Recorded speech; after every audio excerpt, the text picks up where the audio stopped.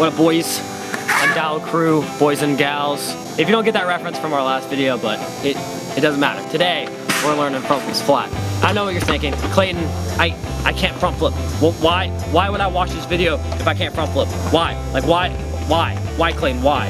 Well, this is for in the future when you want to learn front flips flat. Because when I first started riding, I never thought that I could front flip flat, and now I can do it. So I'm going to show you some easy tips and whatnot to help your front flips get better. I've made a how to front flip tutorial, but I'm also going to touch base a little bit with that, so that way if you are watching this video and you're just trying to learn front flips, it will help you as well. So let's get into it. All right, I'm going to start at step 0 before step 1, and that basically has to do with confidence, getting into the mindset of, yes, I can do this trick, and I know I'm going to fall a bunch of times, but I'm going to try it until I land. It's just one of those things.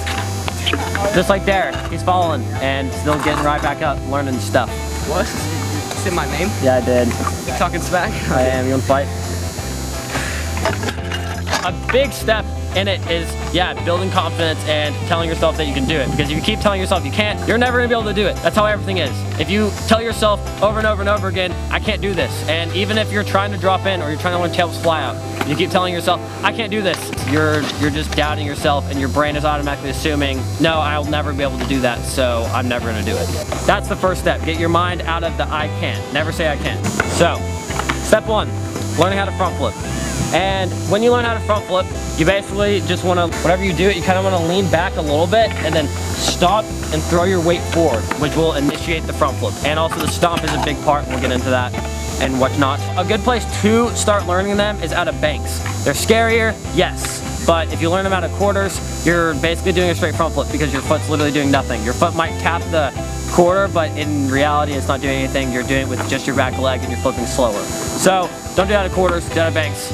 That's all I'm going to tell you because I would recommend that because that's like the best way to do it. So then after you learn it out of one bank, let's say it's a steep bank, so it's like this angle, you go to a lower one and then lower and lower and lower and lower and lower until you're basically already doing it flat. How I learned it is at Claremont there was a step up and it kind of had like a lip to it, and so it was kind of like a bank lip type thing, and that's where I learned it out of. I kind of just learned it at Woodward into the foam pit and then I just sent it. So that's how I learned it, and then I ended up taking it to lower banks, and I tried it at Esco, I tried it at a bunch of other places, and that's how I learned them, and it helped a bunch. I honestly think that's like the best way to learn front flips, is just ease yourself into it. Don't just learn a front flip out of a bank and be like, yeah, let's front flip flat.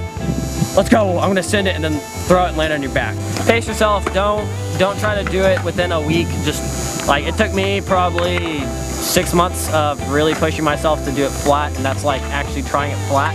It took me 6 months to actually land it for the first time. Getting to that point took another 6 months, and that's every single day, trying to do it better and better, and then trying different ways of stomping and all that stuff. Now, step 2. Another big thing is basically choosing which foot you want to stomp with.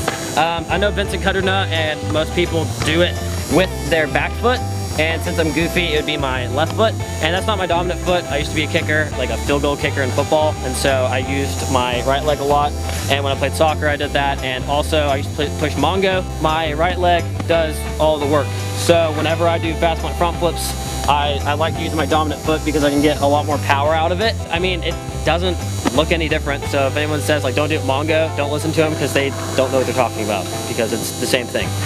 Choose your dominant foot, and your dominant foot's basically whichever leg is more comfortable for you. You can practice doing it with both legs and practice, switch them off and see which one you like better. One, you might do this and jump over your scooter, and then one, you might stay on your scooter and be like, oh, found it, and that's your dominant foot. Biggest step is the stomping and what to do with your foot that's on the scooter. So basically what you want to do is when you stomp, you want to put your foot more up towards the front, and it is kind of the same roughly whenever you do a bank. Out of a bank you can kind of do it far back, and it doesn't really matter when you're doing it out of a bank because you're still stomping basically the exact same, and you don't really need to stomp that hard doing it out of a bank.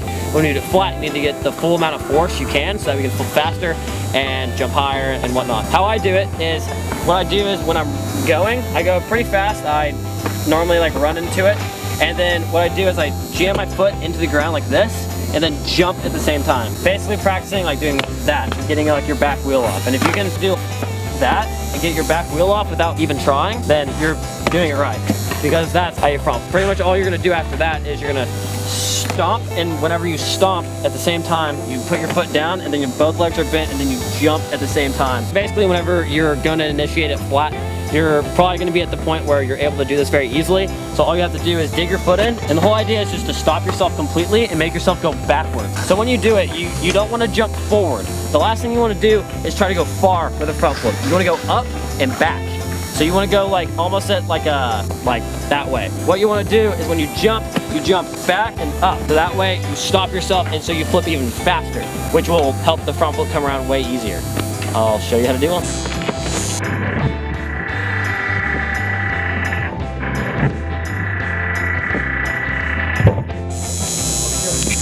So when you do a front flip, you don't want to bring your front wheel over. You want to bring your back wheel and hit yourself in the back of the head. That's basically what you want to do. So whenever you do it, or you stomp, you don't want to bring your front wheel off. You want to bring your back wheel to you. So that's a good way to think of it. It helped me. And another way that I heard from Corey Funk is bring your brake to your butt, not your head to your clamp. And that will just help you flip way faster. Because if you just do this, and tuck like that, you're gonna 100% land on your back. So that's how you do it. Now let's do a front flip flop.